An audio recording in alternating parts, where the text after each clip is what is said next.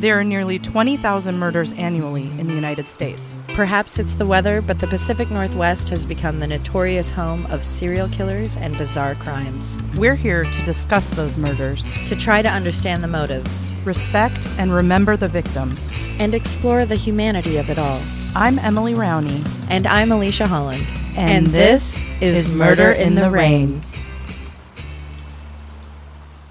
The 1990s seemed to be a playground for serial killers across the United States, and the Pacific Northwest was none the different. Washington State has been called home by around 50% of American serial killers. We've previously discussed the Green River Killer in episode 5, a man named Gary Ridgway who called the Evergreen State home and made it his mission to eliminate sex workers and runaways from the streets. Today we bring you another tale of a killer who targeted sex workers. Both serial killers were active at the same time, focused on the same population, yet they carried out their deeds with entirely different methods. The case we will discuss today had police scrambling for years, media claiming the police didn't care, and two killers evading arrest for decades. Two killers blending into the background of one city.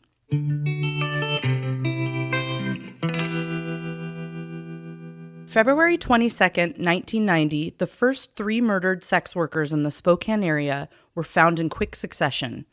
Yolanda Sapp was 26, and her gunshot-riddled body was found along the Spokane River. Just a little over a month later, Nikki Lowe, aged 34, was found draped over a guardrail under the Green Street Bridge near the Spokane River. She, too, had a gunshot wound. In May 1990, Kathy Brisboe, aged 38, was found near Spokane River South, gunshot wounds to her body. Thus began more than a decade of fear for the sex workers of Washington State. Sapp, Lowe, and Brisboe had a lot in common. All worked East Sprague Avenue, and all were addicted to heroin. All 3 women were shot and dumped near the Spokane River.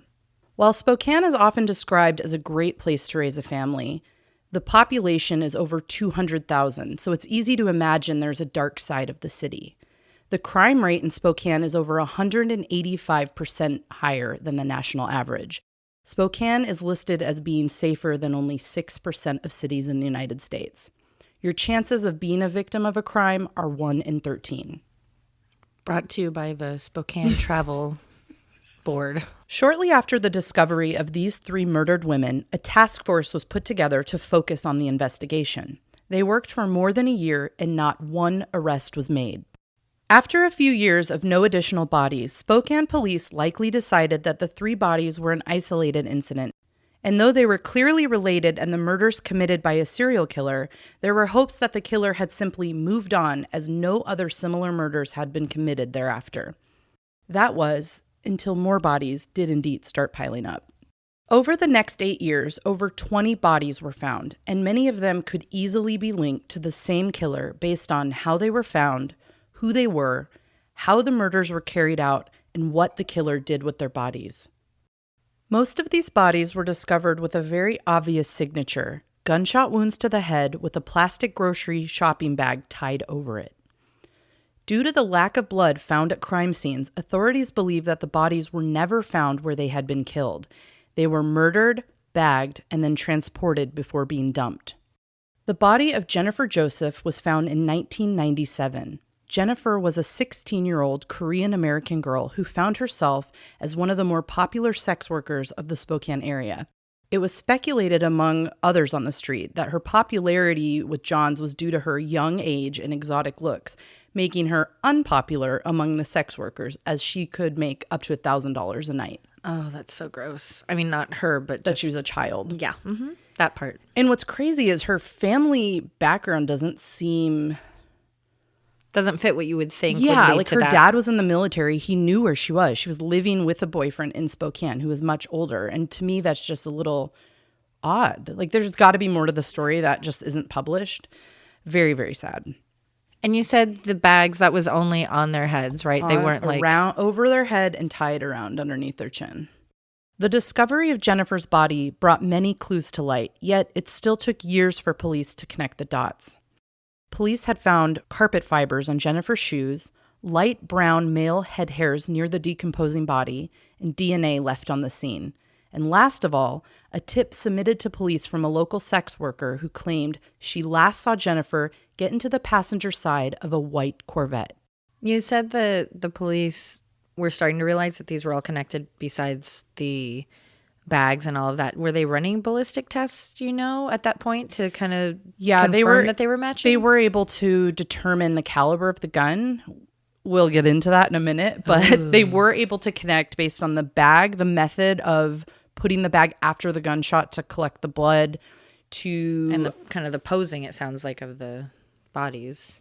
Well, they weren't really posed. They were dumped in different ways, but there were times where there may have been a little bit of posing with like a foot or an arm sticking out. Well, and like over the guardrail, like halfway, like that. Yeah.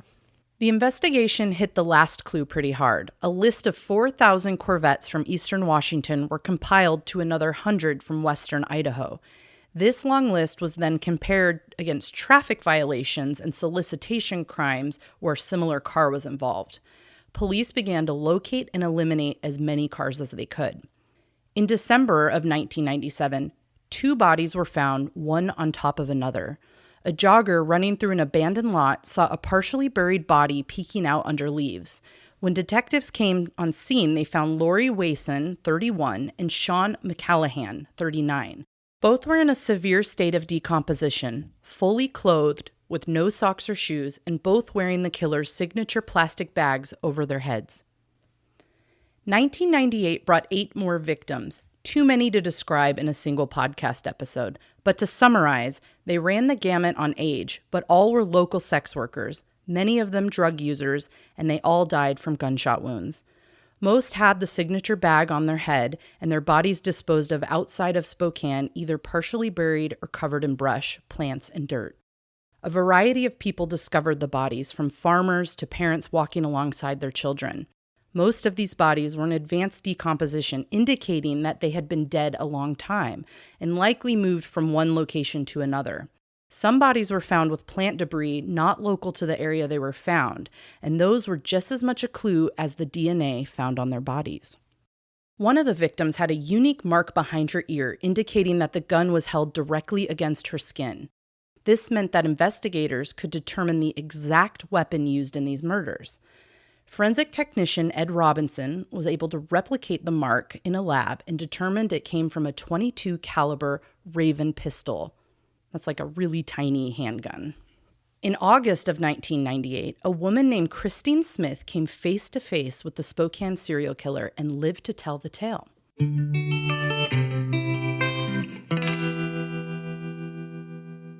Shortly after midnight on the 1st of August, a new client approached her for a date.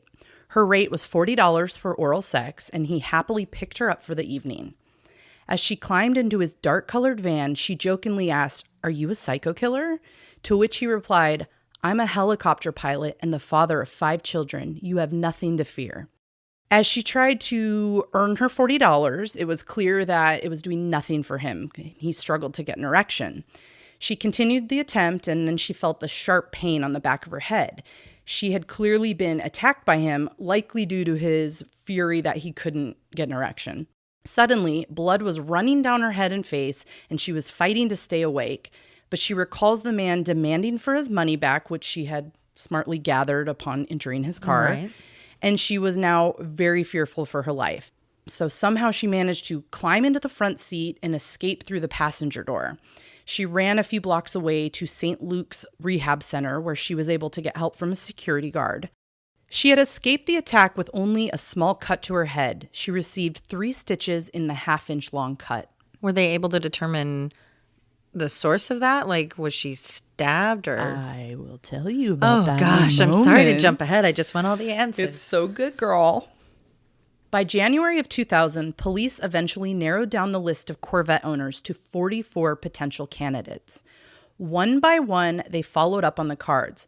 Towards the bottom of the list, of course, they locate a car, a white Corvette with red carpet fibers. Once the car is located, they realize it's super new to the owner, Rita Jones, and she definitely was not this killer. She noted to investigators that the previous owner had changed the carpet prior to her purchasing it. She then consented to have it searched, and they located several fibers, which were then analyzed, and the results pointed to at least 2 carpet changes. The car wasn't seized immediately, but eventually purchased from the owner, and she luckily got her money back because she called it her dream car. She had been saving up for it. Oh, and poor lady. I know, poor thing. Buying a murder I think car. she got exactly what she paid for it, so that's pretty cool. Upon dismantling the spotless car, they quickly discover a small mother-of-pearl button in the passenger floorboard underneath the seat. This button matched perfectly to a jacket owned by Jennifer Joseph. Additionally, they find a spot on the passenger seatbelt that looked like blood.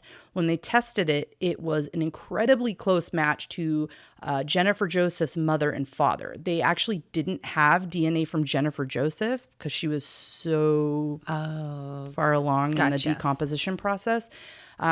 But it also could have been lost, or maybe they ran too many. I didn't really get details on that. But it was clear that it would have been a sibling or her. Definitely a relation. Right. So that was a really high likelihood it was hers. That was enough for them to go after this owner. And now they had a name, Robert Lee Yates. Robert Lee Yates Jr., or Bobby as he was called, was born on May 27th, 1952, and was raised in Oak Harbor, Washington. His father, Robert Yates Sr., was present when his own mother violently killed his father with an axe.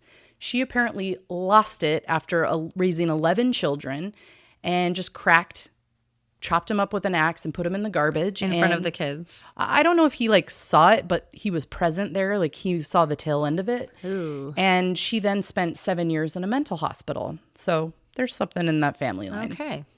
Bobby was described as a typical guy, not one to get into trouble. He was raised in a Seventh-day Adventist household, and he had a very strong, healthy relationship with his own father. The one dark corner of an otherwise healthy and happy childhood was the sexual abuse he suffered from an older neighborhood boy. Though he shared everything with his father, that was one thing he refused to talk about with him. Bobby was described by former classmates as, I love this, by the way, he's described as neither outgoing or shy, kind of quiet, kind of an average guy. So basically, I summarize this saying he just was somebody you didn't notice, kind of blended into the background, wasn't just a bad existed. guy. Right. Didn't stick out as good or bad, just was there. After graduating high school in 1970, Yates went to a community college where he met his first wife. This was a very short-lived marriage. At 20 years old, he married Shirley Nylander. They moved to College Place, Washington, where they both enrolled in Walla Walla College, a Seventh-day Adventist school. After 18 months, the honeymoon ended, and Shirley asked for a divorce. Pretty quickly, Bobby met someone else called Linda Brewer, another college student there at Walla Walla, and they quickly married in 1974, only to find out it was illegal because he was married to someone else. I don't think he got the memo that you have to get divorced before moving on. But soon he was able to get the divorce. He officially married Linda, and in 1975, he got a job as a prison guard at Washington State Penitentiary. Linda left him for a period of about 30 days. Basically, she discovered that he had drilled a hole in the attic wall in their apartment so he could watch the next door neighbor couple having sex. Ugh. That freaked her out, so she left. But she eventually came back because their first 2 children, 2 little girls, they didn't like being poor. So you can't see it, but I'm rolling my eyes. I really wish there was more information on how she discovered that. She just trolling around the attic. I like to think she was spring cleaning and moving stuff up to the attic and was like, what's this? And sees into their bedroom or something. And was it they shared an attic and looking down at the bed, duplex? Or were the people living in their attic? I don't really know. I couldn't find that out, but I think it was she wondered and went looking for it. I mean, that's usually the case, right? I mean, gotta trust that intuition. Yates eventually joined the Army and trained to be a pilot. He did quite well. He earned multiple medals and eventually became a helicopter pilot. Hey, we've heard about a helicopter pilot before. Sure have, haven't we? He was part of Operation Desert Storm. He flew in the UN peacekeeping mission to Somalia, so he's a dedicated war hero. His marriage, though, was very mundane. It lacked love, it lacked passion, it lacked sex. Linda often blamed tiredness for the reason that they didn't have sex, but it's indicated that it was likely he couldn't get an erection most of the time. However, since he traveled so much because he was in the military, it was really no consequence to her. She didn't care. It didn't affect her day to day. She was still raising their kids. And they did have 5 children now, so they were clearly having some sex. It's a lot of kids.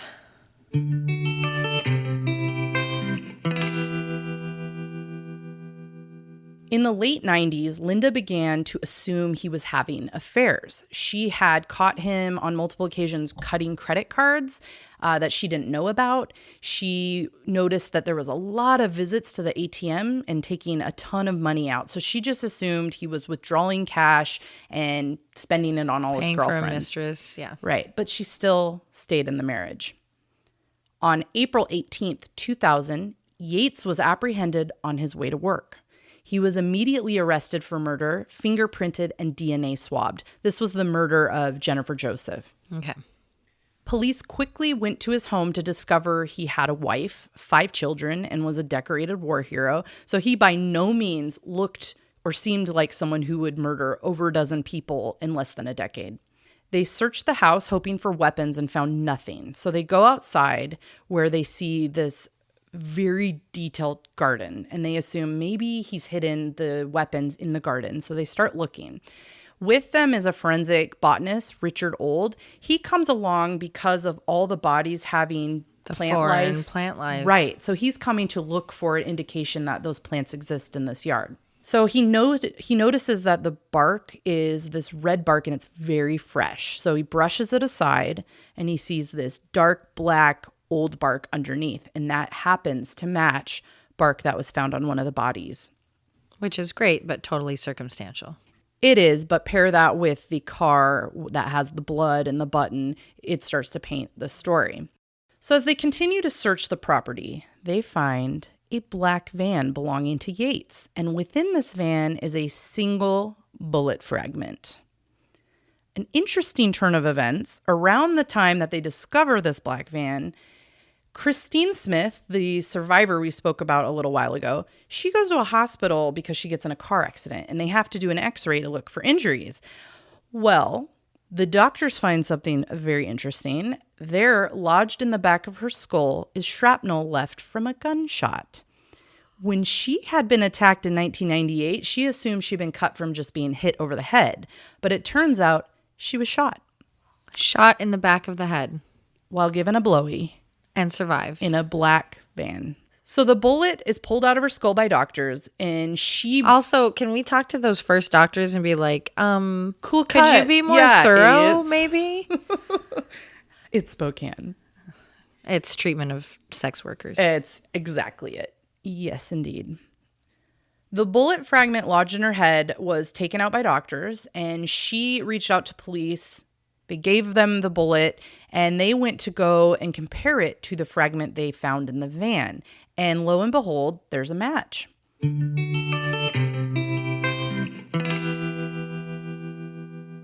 DNA taken from Robert Lee Yates when arrested matches DNA discovered on 7 victims, and his fingerprints matched one located on a plastic bag tied around Sean McClanahan's head. They had their man, and now it was time to prosecute this bitch. After his capture, many sex workers reflected that he was a regular and even recalled that he paid cash several times a month for a room at the Spokane Budget Saver Hotel, which was about $30 a pop. So it was pretty obvious that since he was a regular, he had trust among the girls. It wasn't just the ones that went missing that saw him. Girls that were still there alive on the streets had him as a client multiple times.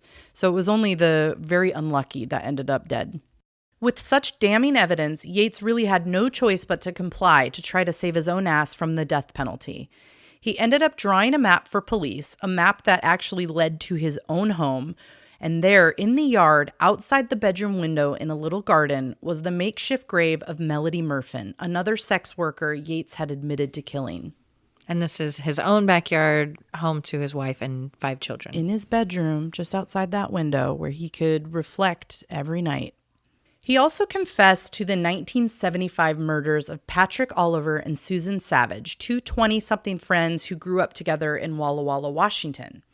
They reunited in the summer of 75 to spend the day together and visit one of their favorite places, a recreational area 10 miles east of Walla Walla, where they had spent many fun weekends together growing up. Their bodies were found days after being reported missing. Patrick was fully clothed, shot 3 times with 1 bullet through the heart. And Susan, naked from the waist down and her shirt pulled up, had a bullet wound in her shoulder and another behind her ear. And police are assuming he did this for target practice. I don't know if it was his first murder. It's highly likely it was, but they think he was hiding, hoping this couple was going to have sex. And then shot them because they were just friends. They were not a couple. They never were.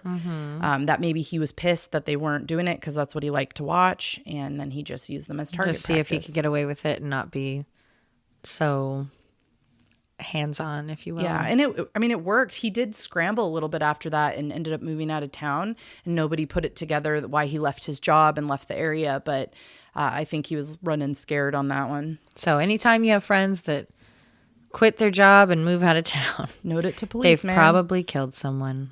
That's what we're learning today. I think so. Prosecutors didn't go after Yates for all of his confessed murders, but on October 19th, 2000, Yates pled guilty to 13 counts of first-degree murder and 1 count of attempted first-degree murder.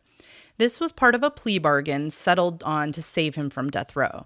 In exchange for his help locating that final victim and public apologies he had to make in court, his life would be spared. He was sentenced to 408 years in prison and ordered to pay $620,000 in restitution. However, in 2002, he went back to court where he was convicted of 2 additional murders. There was no deal in this one, and he ended up receiving the death penalty. Oh, I like that. He did all that. Oh, no, there's a but. But in 2018, Washington banned the death penalty, calling it unconstitutional. Here's what I like about that, because I'm not pro death penalty. But what I like is that they were able to kind of trick him. Like you wanted to do in previous cases. Yes. Yeah. So they tricked him into giving all this information. And then they're like, by the way, 2 more, and we don't need any more information. Right. So 2 women he had killed were from Tacoma, so I think that's part of Kitsap County. And so he was prosecuted by other people who had no reason to hold up this plea bargain. Yeah, so I just like that he... Yeah, but stupid Washington and their constitutional ways. Well, you know. So anyway, because they banned the death penalty, they ended up just converting that into 2 additional life sentences. But we can rest assured he's never getting out, and the icing on the cake for me is that he now finds himself living in the very familiar Washington State Penitentiary, where once upon a time he actually worked as a prison guard. Oh, baby. I know, that's good, right? That's really sweet. The Washington State Attorney General stated that she was not convinced they had all of the victims. Like many serial killer cases in the Pacific Northwest, we will never truly know how many victims in total they have. Because the victims, even though they were prostitutes, they were still mothers and daughters and aunts and nieces and, grandkids of people. That was the voice of Christine Smith, the only known surviving victim of Robert Lee Yates. She says it well. These may have been sex workers, but they were loved and they were human. Once he was captured, there was a memorial in the city of Spokane to recognize his victims. Many of the families received closure from his conviction and from the memorial. However, there were still victims not confirmed to be associated with the Spokane killer. Their cases were still open, and it's possible another serial killer was hiding in plain sight in Spokane, Washington. Bum, bum, bum. Notably absent from the list of victims associated with Yates were the 3 women that kicked off today's case: Yolanda Sapp, Nikki Lowe, and Kathy Brisboe. During the Yates investigation, he was required to take a polygraph test to try to obtain clues that he was the one responsible for these murders. But to investigators' dismay, he said no, and he passed. Other factors also supported his denial. For one, all 3 of these murders were committed with a .45 caliber handgun and not the .22 that every other victim had died from. Additionally, and here's the good one, his alibi was that he was stationed in Germany, which is true. So he couldn't have done it. So with Yates cleared of these crimes and no other suspect out in the world, really, we hear nothing. It goes cold. That is until 2012. Donna Perry was arrested on firearms charges in March 2012. As she was arrested and booked, a shocking discovery was made. Donna's DNA and fingerprints were linked to 3 open murder cases from 1990. No. The victims, Yolanda, Nikki, and Kathy, were all found with Donna's male DNA. Oh, we got a twist. You heard me right. Donna is transgender.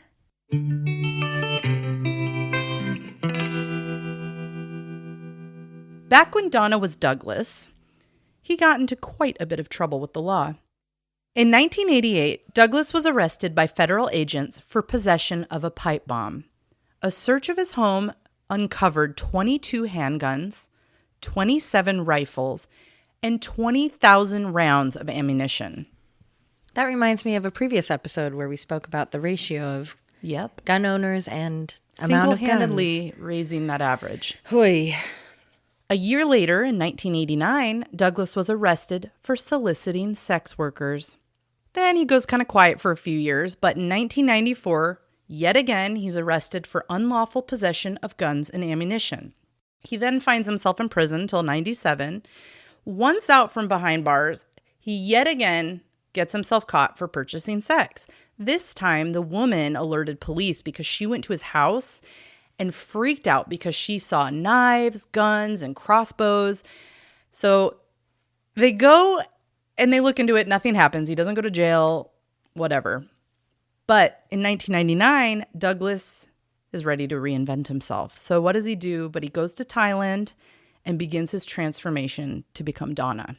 Fast forward back to 2012, Donna's busted again on guns and is now in major trouble because there's 3 murders associated with her. Mm-hmm. So the case is being investigated and they go into her house and they find this like hidden panel in the closet and uncover this little box. And inside of it are a bunch of panties and they're all small, too small for Big Butt Donna is what I'm going to call her. Oh my. I'm just kidding. Donna's got a booty. But they're clearly not hers. They, I'm guessing, are a little older and just tucked away for a rainy day. So then she had previously done a prison sentence in, I think, Texas. So they find a cellmate there. And the cellmate is just raging, ready to go to lay out everything she knows. So she didn't ask for anything in return, wasn't asking to like have a reduced sentence. She just hates Donna. Yeah, but she had been in contact with her own mother telling stories of this Donna person. And the mom's like, write that shit down. You need to share this with the world. So she has a journal where she's writing Donna's stories in and police come to her and she is just ready to go. So here's what she says. Donna claimed to have killed more than just those 3 women. There were at least 9 that she was bragging about while in prison. And even more shocking than that, she admitted that she got the sex change because no one would ever suspect an elderly woman of killing prostitutes. Then she goes on to tell her that when she got back from Thailand after going through the sex change, I think she was there a little bit longer, like did her full recovery, transitioned, came back. She killed 2 people as a woman. Her cellmate also says that Donna committed these murders, she was motivated because she felt that prostitutes were pawn scum and that it was not fair that they could reproduce and had kids while she couldn't. So in court, Donna does admit to it, but in this roundabout way. She basically says she became Donna because she had to stop Doug from killing people. Yeah, I was actually going to say that of like, that's one thing to make that a really extreme alibi of like, no one will suspect. But it, like, that's so extreme that I wonder if part of that too is like, well, maybe if I lower my testosterone, it will kill this drive. I think it's... Or whatever it is that's I don't believe that because of the saying that she committed additional murders and just being bragging. I don't see why the cellmate would lie about that. I mean, it's possible. Right, but I mean, as far as...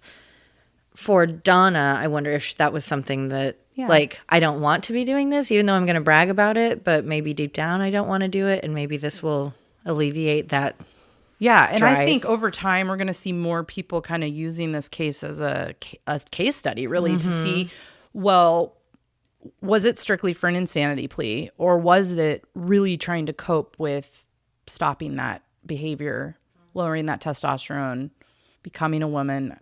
Who knows? I'm interested in looking into that a little more. Which is awful, because then you have Such a bad thing for transgender exactly. people. Yeah. Like you have all this stigma already, and then you have someone that's like Trying to frivolously doing it for totally the wrong reasons. That's why we have a process in the U.S. where you go through Right. incredible therapy before you do that. I mean, it's got to be the right decision for you. Right. And then you have these bad apples that go, see, look at, they're the... Well, Thailand does it for cheap, and you can stay in really nice resorts. I watch a lot of shows on this.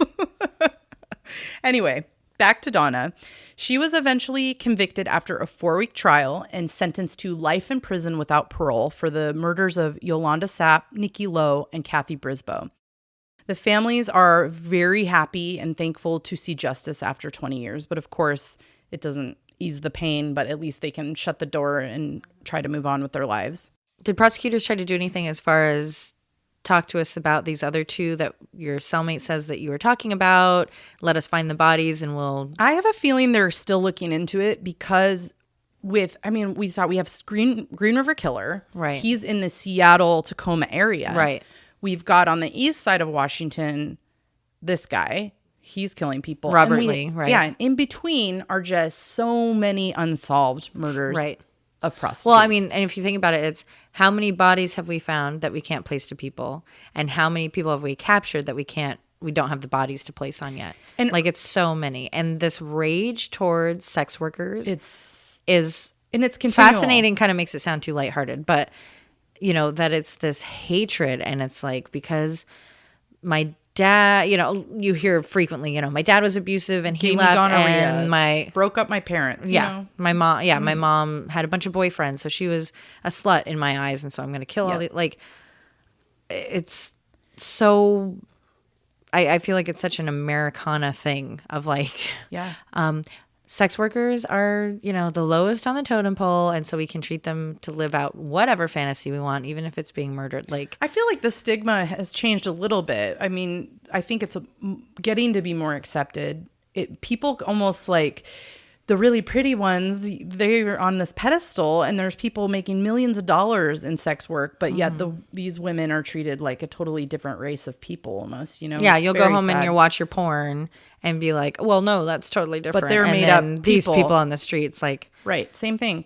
And it's crazy because there are more. We could do an entire season on killers who focus on prostitutes. Oh, yeah. It's insane. And during this time that they're investigating this case in, I think, the Midwest, I can't recall the city right now, but they had another serial killer targeting prostitutes. I mean, they thought, oh, did he travel? Is this the same person? So it's very confusing, and there's so many unsolved cases, and I don't know what kind of attention it's getting if they are still looking into it. It's almost too much. It's overwhelming. Right. I personally think prostitution should be legal, because it'd be safer. People that are going to do it are going to do it. Or if it's regulated and people are tested and you know who's where, and you can trace these women and men that do it, and you can have like resources for them, and you can have testing, and you can have, oh, we haven't heard from so and so in a long time, like, let's check on them. And you have like, I mean, tax it and let's pay for our schools, you know. It's like people are going to do it. Well, and it's interesting. I can't imagine that it's like this huge percentage of people that are like, someday I'm going to pay for sex, but not till it's legal. Like, I don't think that holds that many people back. I think there would be quite a few people that would then participate, be like, oh, that's intriguing. But like my neighbors, which we'll get into later. Oh my. You know, there's that curiosity factor, but the people that are doing it now, and then have those safety nets for those women. And can we please start acknowledging like sex workers as people? And if they come in with an injury to their head, maybe be thorough and see if there's a freaking bullet in their skull. I follow someone on Twitter who's a sex worker, and she's just like a huge advocate for treating people like people. Right. But during the case, something that shock of all shockers, I read 3 books for this case. Nerd. And one of them focuses on this woman who runs this business to help with needle exchange and drug testing and all this stuff, like get these women off the streets or at least come in for showers and get condoms, all that. And she worked really hard to try to like build a trust between sex workers and police, because that was the only way they were going to get good quality witness info. Yeah. Because the prostitutes were just like, they treat us like crap. They don't care. They may drive by. They don't stop and talk to me. Right. They don't ask if I'm missing my friend. You know, there's another book that I did not like, written by, what's that guy? Mark Furman. Mark Furman. But he did have a good point. He said, like, right away, the flaws of the police not talking to these women was causing a big, big problem. So he started a radio show and was basically opening up a line of communication. And they had a sex worker on the show to talk about what she was seeing and kind of advocating to foster this relationship, which did work. The police then did put more effort into it. Well, and it goes both ways. If I know that I'm doing an illegal activity, I'm not going to go talk to the people that are going to... If they know they're not going to get busted, maybe they will. Yeah, and that's exactly what happened. They got a lot more insight from the people who actually were seeing these girls on a day-to-day basis. One thing, though, we need to talk about, because it came up 0 times in these books, but it came up during the court case. Necrophilia, one of my favorite topics, as we know. I don't know why I'm so obsessed with it. I thought about that with the couple that he killed, with her being undressed. Like, he would have had to kill the dude first, I would assume, to be able to get down there. And then it's like, well, did he? They never really said if there was semen found. I don't know. But so here's the thing. Semen was found everywhere all the time. But it's really hard to... I just want to continue this conversation. No, I know, but I had a point for 5 minutes. No, I know, but that's just a really horrific visual of it. I mean, it was on blankets, it was on in bodies, whatever.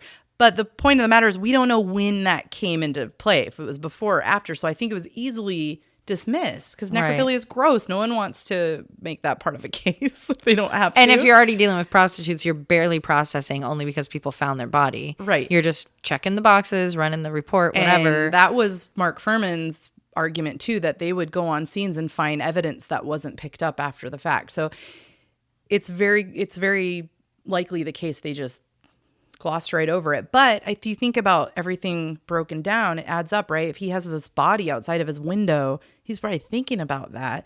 The bodies were often dug up and moved. What was he doing in between? We don't know. So, well, and I find it so interesting too that he, that you said he didn't really have much as far as childhood trauma besides this one, this sexual abuse, which is a trauma, but the pieces don't fit. Yeah, it's like, very if different. you just told me that, like, what if I presented you a serial killer that had a background of sexual abuse from an older neighborhood boy? I'd be like, oh, maybe Dahmer. Like you went after other males, or you went like that kind of thing. But this whole, like, I'm obsessed with watching my neighbors have sex, but I have erectile dysfunction, and like only married twice and has like kids. Like, for all we know, that couple could have been his first like interest in necrophilia. Maybe he thought he was only into watching. Oh, I meant like the neighbor, like the attic neighbors. I'm saying, but in relation to that, maybe he was wanting to watch, and since they weren't doing anything, he saw an opportunity after he killed her. That could have been his introduction to necrophilia, right? For all we know. And I don't know, but the reason I bring it up is in court they were arguing that his paraphilia impacted his insanity, basically. Like, he couldn't control. What's a paraphilia? Paraphilia is like when you're sexually interested in things that aren't normal, like cars or something. Okay. So necrophilia falls under the umbrella of paraphilia. So anyway, he's arguing like, I'm insane, I can't control it, I did these murders because I'm so obsessed with necrophilia. So that's when it comes into play, and we look back on all these cases and are like, shit. But then it's also like, did they just pull that out of a hat to be like, yep, we got to take any?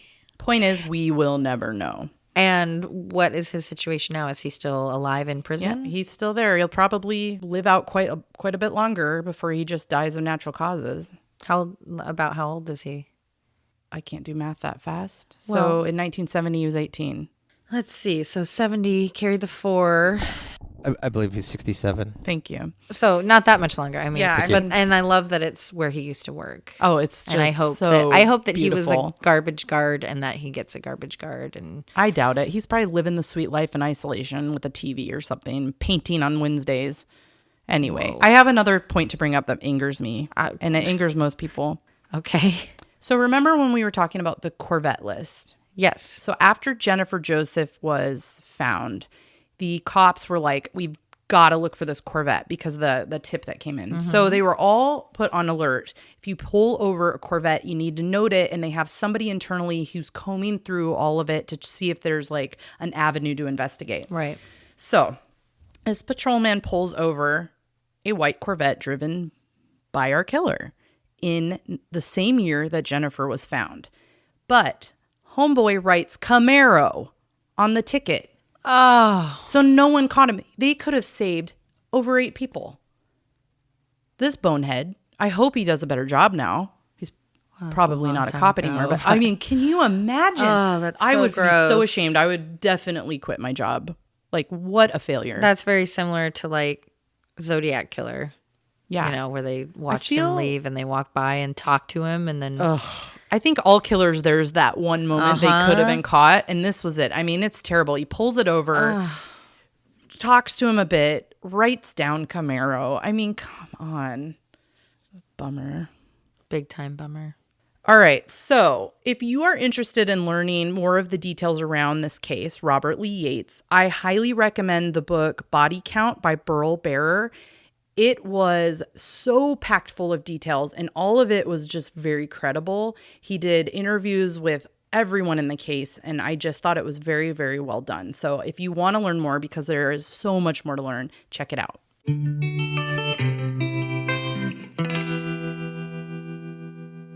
If you are suffering from sexual abuse, the hotline is 1-800-656-4673. If you or anyone you know needs support with domestic violence issues, the number is 1-800-621-4673.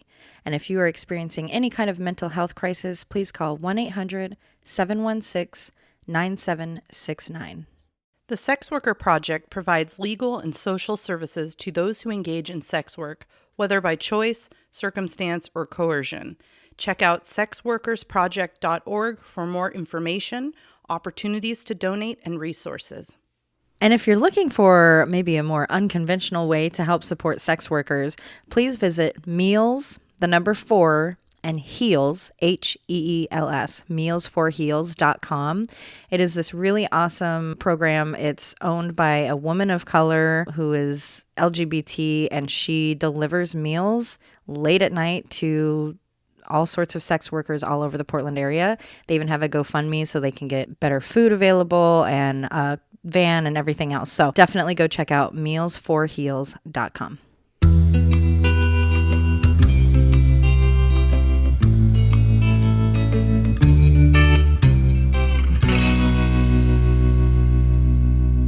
Luscious. Makes you want candy. Oh, I have candy.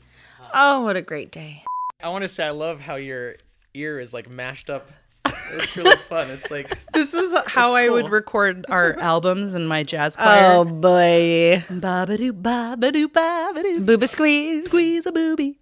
Yeah, that's what I mean. I It don't popped know up on my where that came from. It popped up on my calendar. It popped up on my calendar. I said something really fast to her the other night because actually we should have recorded everything. It was probably very slow. Oh, my God. She turned and looked at me, and we were I think we were talking about, like, the fact that that I knew the coming up. concert. We felt like it was a million years away. And she was like, oh, I totally forgot until it popped up on my calendar. On their heads, right? They weren't like... around over their head and tied around underneath their chin. With just... why can't I say that? In exchange, he was going to help find that other... Oh, boy.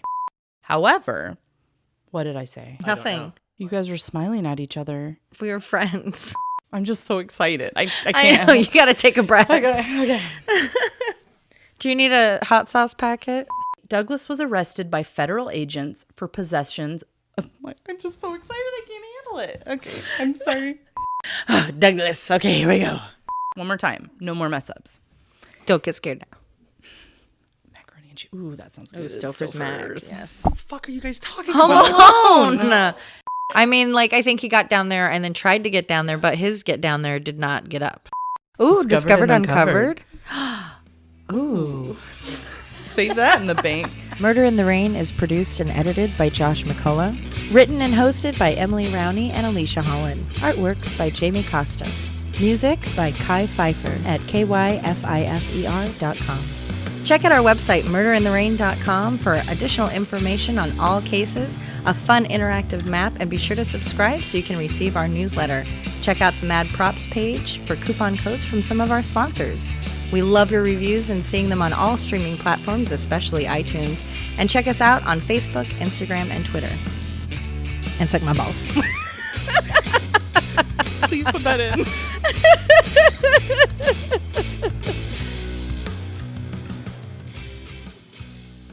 Check out what we're listening to this week.